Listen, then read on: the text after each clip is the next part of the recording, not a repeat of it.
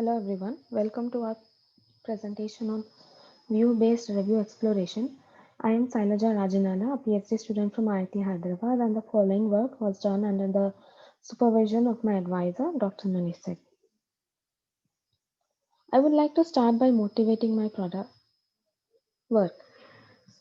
Reviews are a modern day substitute for word of mouth in e-commerce sites, and they're very helpful before a customer goes for buying a product. So there's a challenge with these reviews that they are haphazardly arranged and there are a lot of these reviews. So the challenge to overcome the challenge, one solution is to rank these reviews somehow. And to rank these reviews, we are looking on a relevance based ranking. In our case, we are using dexterity of a user as the relevance. So what is the dexterity is their experience on the product, their background on the product and their capability to interact with the system. So this is also, we call it as a context in the current work, and the relevance context is nothing but the function of information need and knowledge. Information need is how much depth is a user looking for while reading a review. Do they want an abstract overview of the product? Do they want a focused view on the product with respect to aspect, or a very detailed view of the product? And these users come with their own like pre-knowledge on the product. Based on this, we have three views and with differing levels of abstraction. First is a bird eye view, which provides abstract view. Next is a unidirectional view for focused reading, and a microscopic view for a very detailed reading. In the context of a research paper, the abstract of the paper gives the overview of the gist, and this is like a bird eye view of the paper.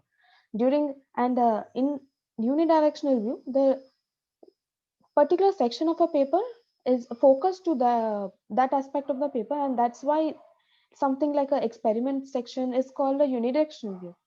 And during the microscopic view, the user already has a it's assumed that user already has a very in-depth view of the paper. Now they're looking at some microscopic details and details of the product. So it is like uh, proof of the proof section of the paper. Coming to the architecture, the first step is where we employ a learning to rank model to learn the feature relevances from the product and review features. In step two, we use the learned feature relevance to compute a score, and finally use this score to impose a view. So every view has its a different score. These are some review features which we had used, like readability and reviewer popularity. The first step here is to somehow give ranking to the reviews so that the learning to rank learns the rank. So this is based on helpfulness using the votes of the review. We call this as a review class. There are a total of 11 review classes, and the highest value is the best. And from after this, the learning to rank model returns feature relevance such as this, where we can see that ARI expertise are the best ones for ranking the review.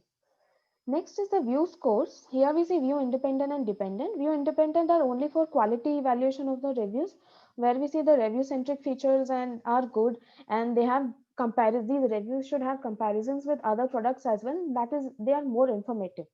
When coming to the dynamic score, it's more about the product centric features, and these are used for imposing a view.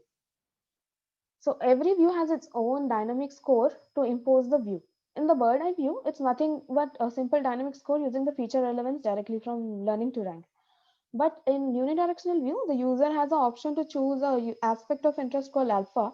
Thereafter, all the reviews which contain this aspect of interest alpha and also features which are related to alpha, all these reviews are highlighted. In case of microscopic view, users can give a set of aspects of interest called and they are included in the set A.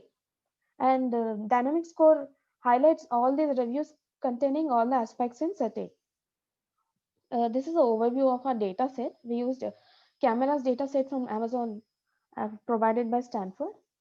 During the evaluation, we have a two-way evaluation scheme wherein we first check if the quality of reviews recommended by views is good, followed by a user survey.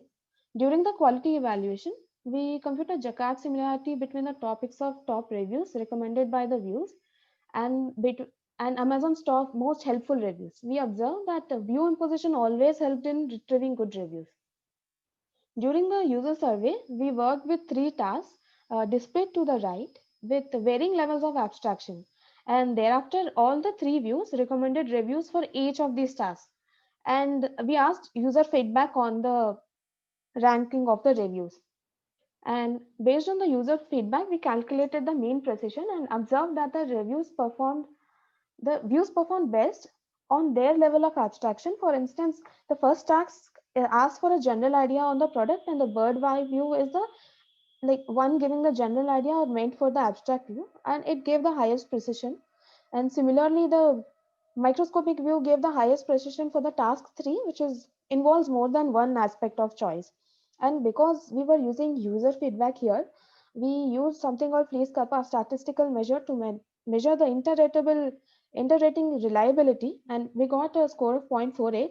And according to the Kappa stats, this is a moderate agreement and can be agreed that the this user feedback can be taken for evaluating the ranking of the review.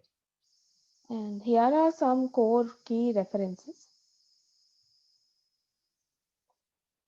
So, thank you.